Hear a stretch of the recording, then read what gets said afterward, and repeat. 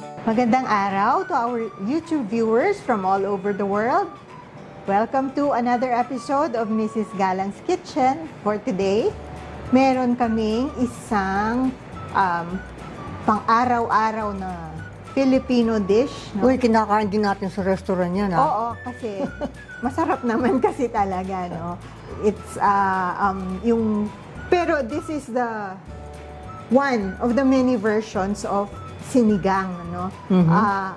Yung sinigang sa bayabas? Bayabas, yes. Kasi marami tayong klaseng sinigang. Meron sa kamyas, meron sa sampalok, meron sa batuan, meron sa bayabas. Depende kung season, kung panahon ng bayabas, pwede. But, regional. Kasi, yes, regional lang, This is, sa Kapampangan po, ang tawag namin sa sinigang sa bayabas is bulanglang, no? Bulanglang, no? Bulanglang, naiiba po ito, malayo po ito sa bulanglang sa Ilocos, no? Makikita po ninyo ang difference mamaya. And Mrs. G will show you how we make bulanglang paro or sinigang sa bayabas na dito sa bahay. Dito sa bahay, no? Sana po magustuhan din ninyo at masubukan ninyo sa inyong kusina. Napakadaling gawin ito. Madali lang. Yes. Very easy. Kaya hindi na po namin pahahabain ang intro. Magbabalik po kami.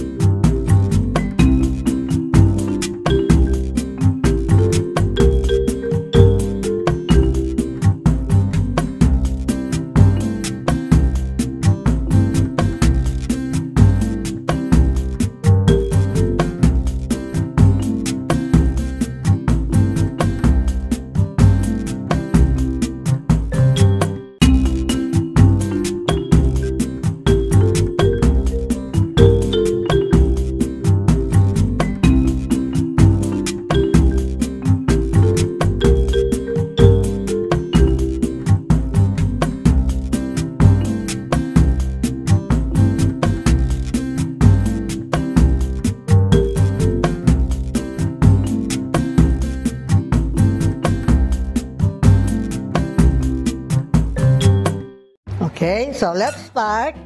And the first step here is you should have a lot of bayabas. Kasi po, kung hindi po sa sinigang na bayabas.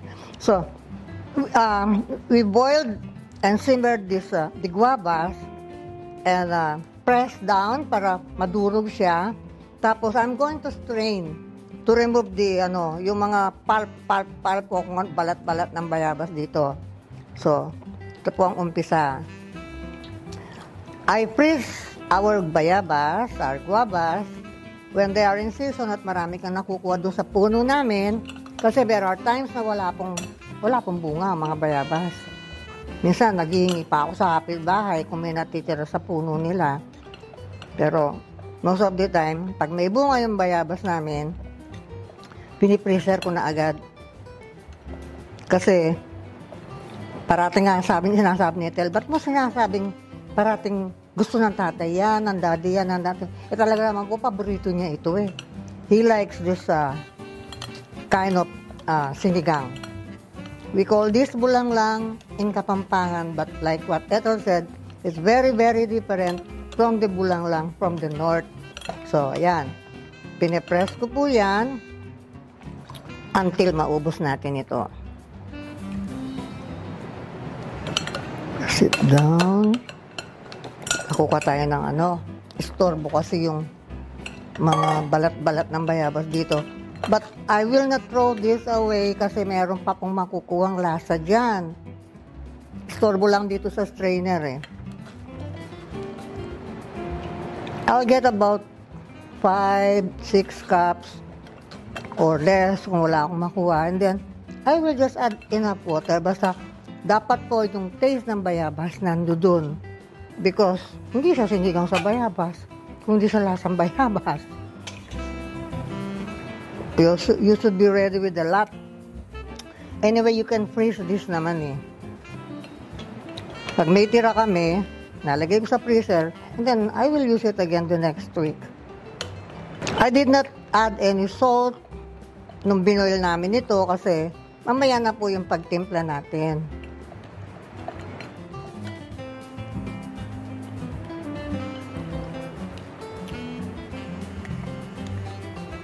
I'll measure and check if I have enough broth.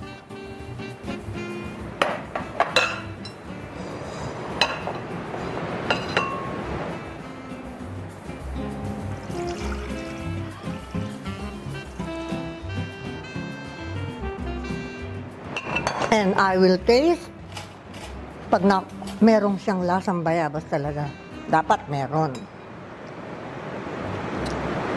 Oh yes. Kuha na yung lasa. So, idadagdag ko na rin po itong konting ito. Anyway, yung pong nasa ilalim na yan yung nandiyan ang lasa eh. Now, I will bring this to a simmer.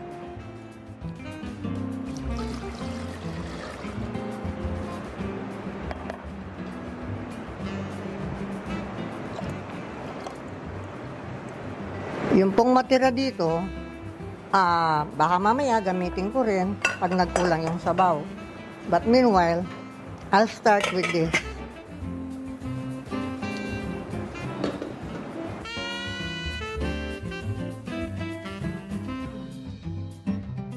Okay, first step, ando na po, sinisimmer na namin yung broth, yung guava broth. Now, the second step, I'm going to stir fry the shrimps in a little oil. Why? Para po mabawasan yung lansa. So, small amount of oil.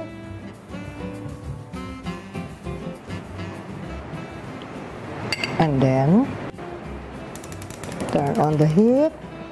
By the way, we clean our shrimps. Inalis ko po yung mga paa-paa niya, yung mga sungot-sungot, and then I remove the vein. I-open nyo ng konti yung back para pag sinerve nyo at kinain, tinidor lang at kutsara, paghihiwalay na yung balat dun sa hipon. You have to heat the oil and then let it cool a little bit para hindi masyadong manikit. Okay, to cool the oil, lalagyan ko ng konting malamig na mantika. And then we can start. Add the shrimp.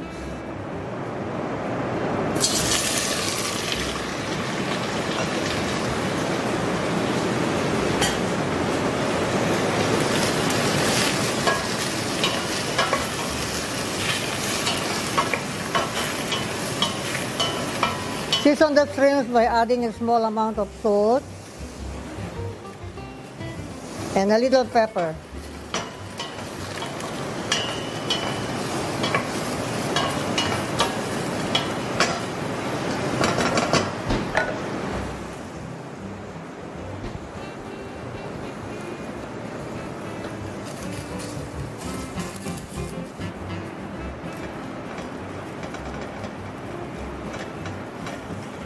Then, add a little of the juice from the pineapple tidbits para po hindi matuyo. Yung pepper, konti lang.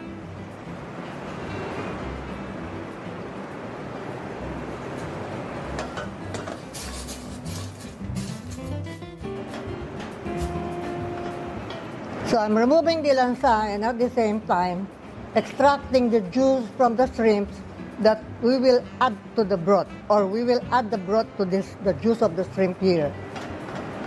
Ito po ang lasa. I'll also add a small amount of the broth. Parang niluluto ko na rito yung hipo na. Although hindi pa tuloy-tuloy talagang lutong-luto. Small amount of the broth na mainit na. I can smell the guava.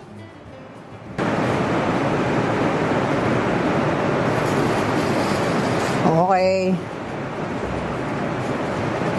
Yan. Kuwang-kuha na natin ang lasa ng ating hipon yan.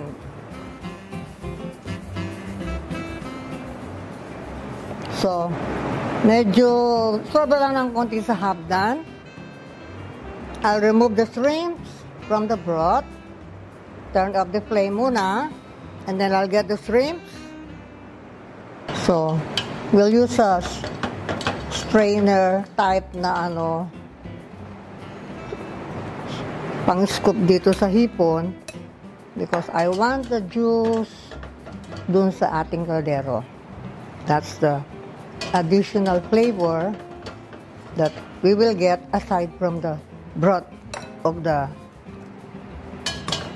guavas. By the way, you can add more shrimp if you want. Nasa sa inyo na po yun.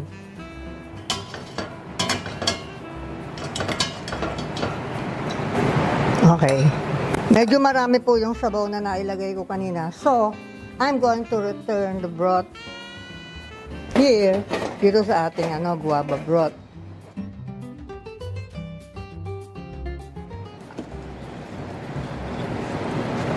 And I will saute, adding the additional oil, yung natitira nating mantika.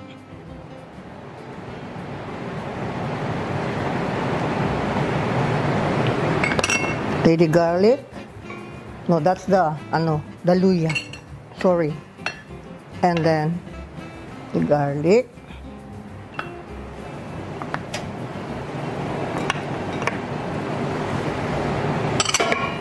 So, hindi po tayo nagluluto ng gulay na ginisa. Kaya, I will just wait until the smell of the garlic and the luya comes out. I'm not going to brown them. Soup ito eh. Okay, that's it. That's enough. Kumukulo na. And add the onion.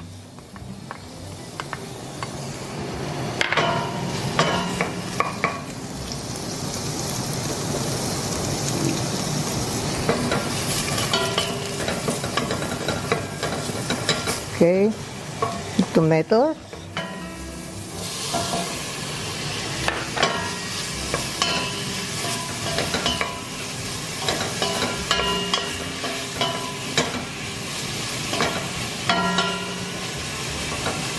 So, I'll season this with a little salt again.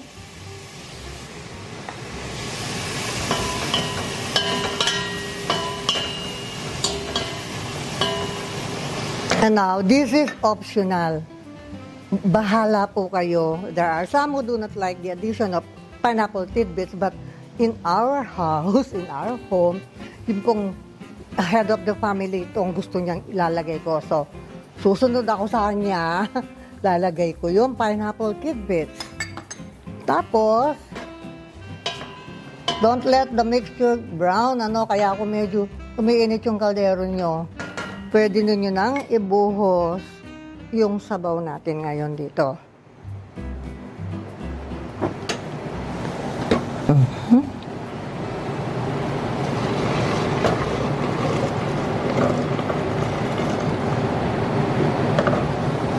Okay. Now, we will bring this to a boil and then titikman ko ngayon yung asin. This is where I'm going to check the seasoning first. But remember, when you cook stews, yung mga broth na ganyan, titikman nyo muna sa asin, But you will have to add more later after adding the vegetables. Kasi po yung gulay will absorb some of the saltiness and makikita nyo, masarap na bago nyo nilagay yung gulay, ayos ang timpla. Pero pagkalagay ng gulay, tumabang kasi nagtutubig po yung gulay. The juice or the water from the vegetables may extract at mahahalo sa sabaw. Kaya be sure to remember that. You season it before you add the gulay and then season again after you add the gulay. Okay? So, we'll bring this to a boil. Tapos titikman ko. Meanwhile, cover natin ng konti. Pwede rin hindi, malakas ang apoy. Now, kung nagluluto kayo ng something na malansa, I suggest na wag nyong takpan para yung lansa po mabawasan. Pero ngayon, dahil gulay pa lang ito, pwede kong takpan ng konti lang just to hasten the boiling. Ganon. Okay?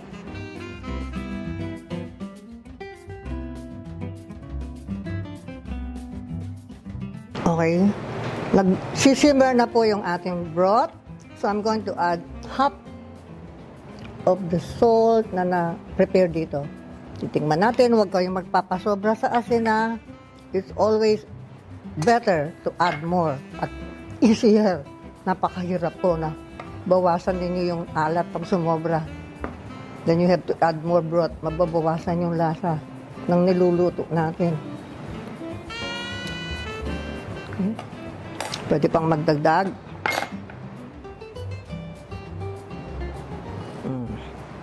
Now, nagsisimmer na po, I will add the sitaw kasi ito po yung medyo matagal lutuin.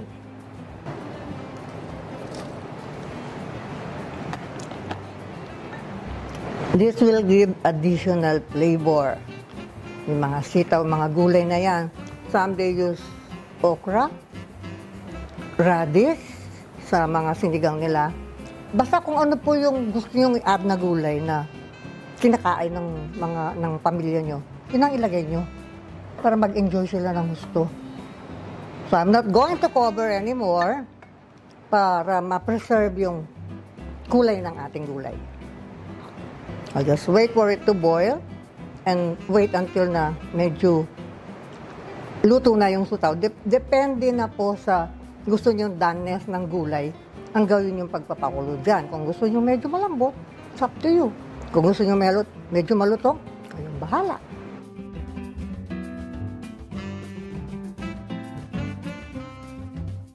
Okay, so, meron po ako naka-slice na additional na guavas dito para to enhance the flavor. Para makita rin nung kakain na may bayabas yung aside from the taste and the smell. Makikita nila may bayabas.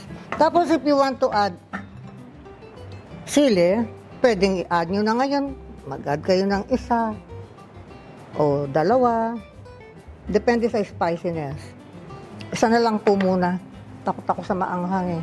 Although these are not really maanghang. Now, I'll add the eggplants.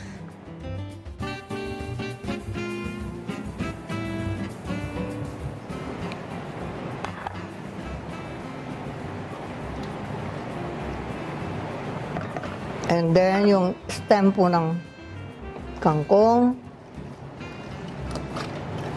Medyo matigas ng konti kaya lalagay ko na agad.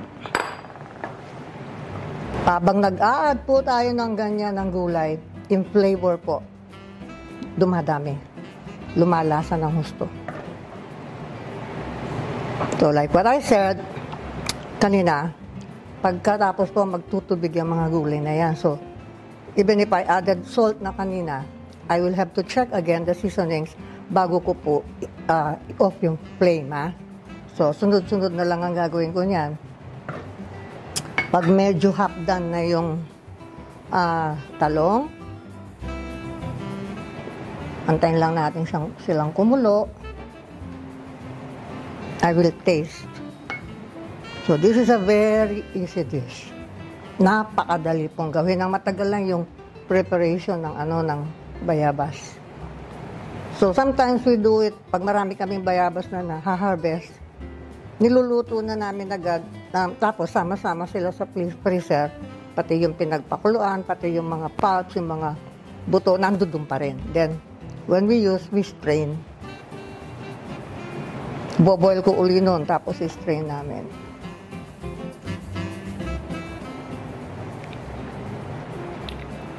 Sarap.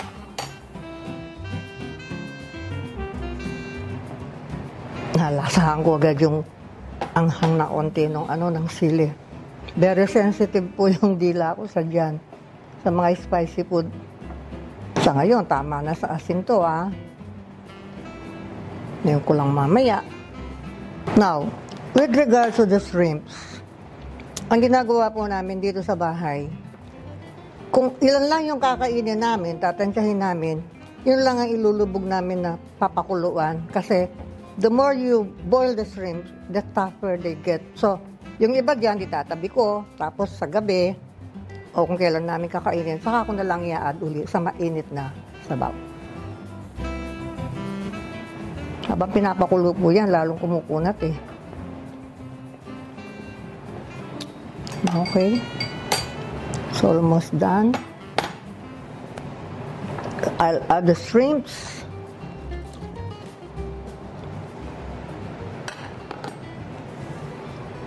May konti na pong seasoning yung shrimps na yan, ha. May konti ng asin kanina at paminta.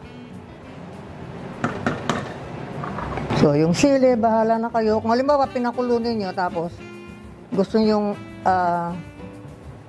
alisin muna para hindi masyadong maglasa yung anghang, bahala kayo. There is no exact recipe for this. It's up to you kung sino yung kakain. Almost done. I'll add kangkong leaves. Finish na po ito. Kasi habang nakababa dito sa mainit na broth, maluluto pa yung mga gulay na yan. I'm going to turn off the flame now. Last minute na checking ng asin.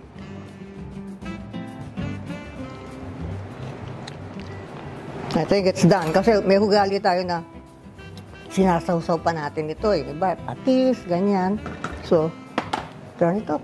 Done. Yan po ang aming sinigang na hipon sa bayabas. Okay, kita ninyo. Ang gaano kasimple, ganun lang pala kadaling gumawa ng Yes. sinigang, ano? Isa sa mga paborito nating pang araw-araw, lalo ngayon, maulan. Kahit umuulan po, nagte-taping pa rin kami. Nag-shoot kami ng bagong episode. Basta may chance. Basta may chance, diba? Pero, nga, hindi ko kami ganun kadalas makapag-upload ng episodes dahil we take time, no? Tinetest yung mga recipes. bago Pero ito namin hindi. i-shoot. Ang Ito tatay mo dahil- na nag-test dyan. Tsaka ni-request kasi. May mga, nakakatuwa yung mga request lately, Simple. simpleng pang-araw-araw na lutong bahay. O sige, papakita po namin kung paano kami magluto sa bahay kagaya Yes. nito. No? Okay, so, yan.